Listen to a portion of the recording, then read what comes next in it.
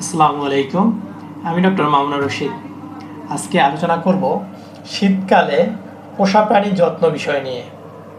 শীতকালে আমরা সবাই জানি আবহাওয়ার তাপমাত্রা এবং আর্দ্রতার ব্যাপক পরিবর্তন হয়, আর এই সময় আমাদের পোষা প্রাণীর জন্য প্রয়োজন হয় অতিরিক্ত সুরক্ষা বা যত্নের। আর এর জন্য আমাদের যা করণীয়, প্রথমেই বাসা বা বাড়িতে উষ্ণতার জন্য ব্যবস্থা করতে হবে। এর জন্য বাসায় অধিকতর উষ্ণতার ব্যবস্থা রাখতে হবে, যেমন প্রয়োজনে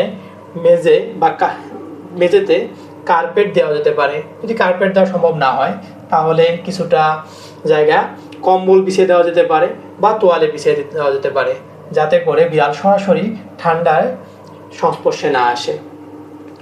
এরপরে রাতের বেলা বাসার জানালা, বেলকনির দরজা বন্ধ রাখতে হবে, যাতে করে বিড়াল এই সময়টায় বেলকনিতে না যেতে পারে বা জানালা দিয়ে ঠান্ডা বাতাস এসে বিড়ালকেও ঠান্ডা না করে ফেলে শরীরের তাপমাত্রা।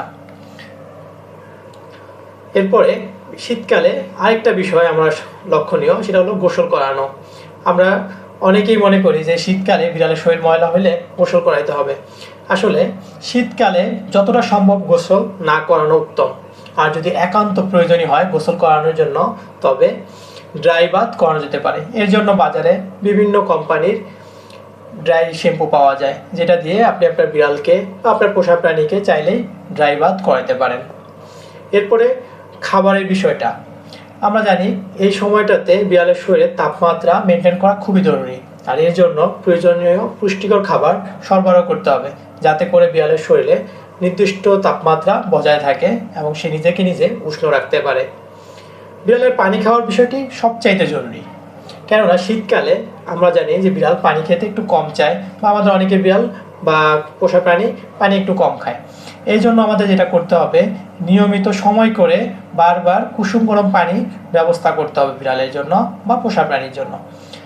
আরেকটা কথা সবসময় মনে রাখতে হবে, এই সময়টাতে কোনোভাবেই অতিরিক্ত গরম বা ঠান্ডা পানি দেওয়া যাবে না, বা আমি রাতের বেলা রেখে দেওয়া পানিটা যেন সকালবেলা ঠান্ডা পানি সে না খায়। যদি ঠান্ডা পানি খায় সেক্ষেত্রে বিড়ালের ঠান্ডা বা সর্দি, জ্বর বা এই ধরনের সমস্যা বেশি দেখা দেয়। রোগ বা সুরক্ষার বিষয়টি, রোগের বা সুরক্ষার বিষয়টি আসলেই কম বেশি সবাই জানি শীতকালে বিড়ালের সর্দি, জ্বর, পাতলা পায়খানা, কাশির মতো সমস্যাগুলো দেখা যেতে পারে। এই ধরনের কোনো সমস্যা দেখা দিলে কোনো রকম সময় নষ্ট না করে সরাসরি ভেটেরিনারি ডাক্তারের পরামর্শ নেওয়া এবং ডাক্তারের পরামর্শ অনুযায়ী চিকিৎসা ব্যবস্থা চালু রাখা। ওকে, এখানে একটা বিশেষভাবে একটা কথা লক্ষণীয় বা বলার আছে, সেটা হচ্ছে আমি আমার ক্লিনিক্যাল প্র্যাকটিস লাইফে দেখেছি যে আমাদের অনেকেই বিড়ালের অসুস্থ হওয়ার পরে বিড়াল খাবার খাচ্ছে না, বমি করতেছে বা পাতলা পায়খানা বা সর্দি জ্বরের মতো বিষয়গুলোতে চিন্তা করেন যে আজকে সমস্যা হয়েছে, ঠিক আছে একটু সময় পাচ্ছি না বা ব্যস্ততার কারণে আজকে না গিয়ে কালকে যাচ্ছি বা কালকে না গিয়ে পরশুদিন যাচ্ছি, এরকম অনেকেই করি।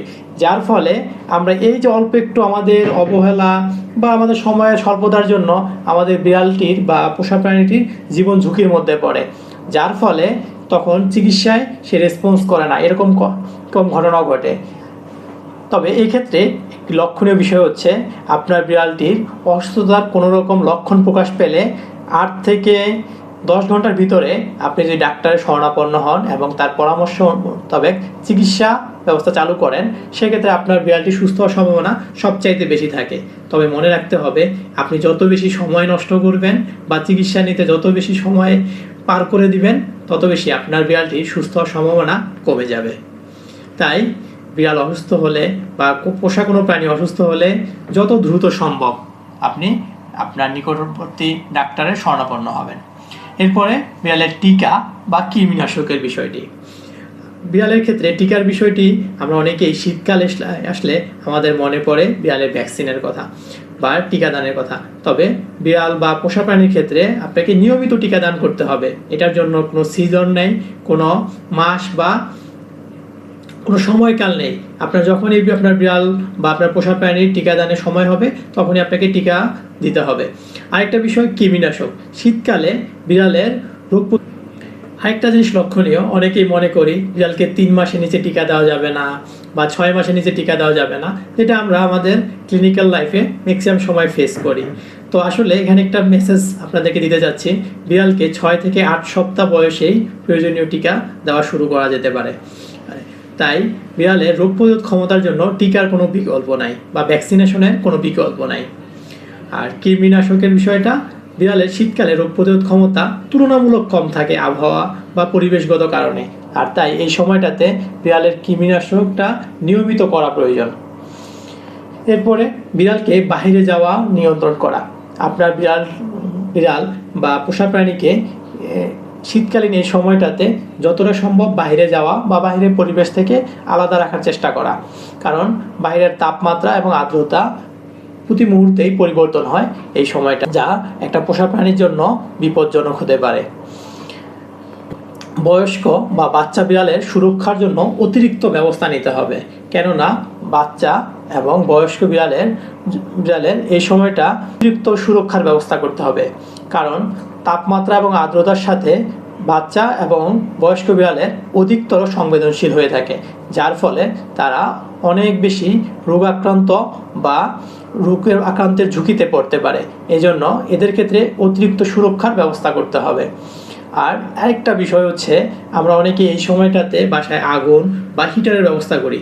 তো এই ক্ষেত্রে আমাদেরকে একটু অধিকতর সতর্ক থাকতে হবে যেন এই আগুন বা হিটারের কাছ থেকে আমার পোষা প্রাণীটি নিরাপদ থাকে, কারণ অনেক সময় দেখা যায় যে আগুন বা হিটারের কারণে বিড়াল বা পোষা প্রাণীর গায়ে আগুন লেগে যেতে পারে। এটা হতে পারে আমার পোষা বিড়াল বা পোষা প্রাণীটার কৌতূহলের জন্য অথবা আমার অসতর্কতার জন্য। তাই এই বিষয়টাতে আমরা সবাই খুব সতর্ক থাকব।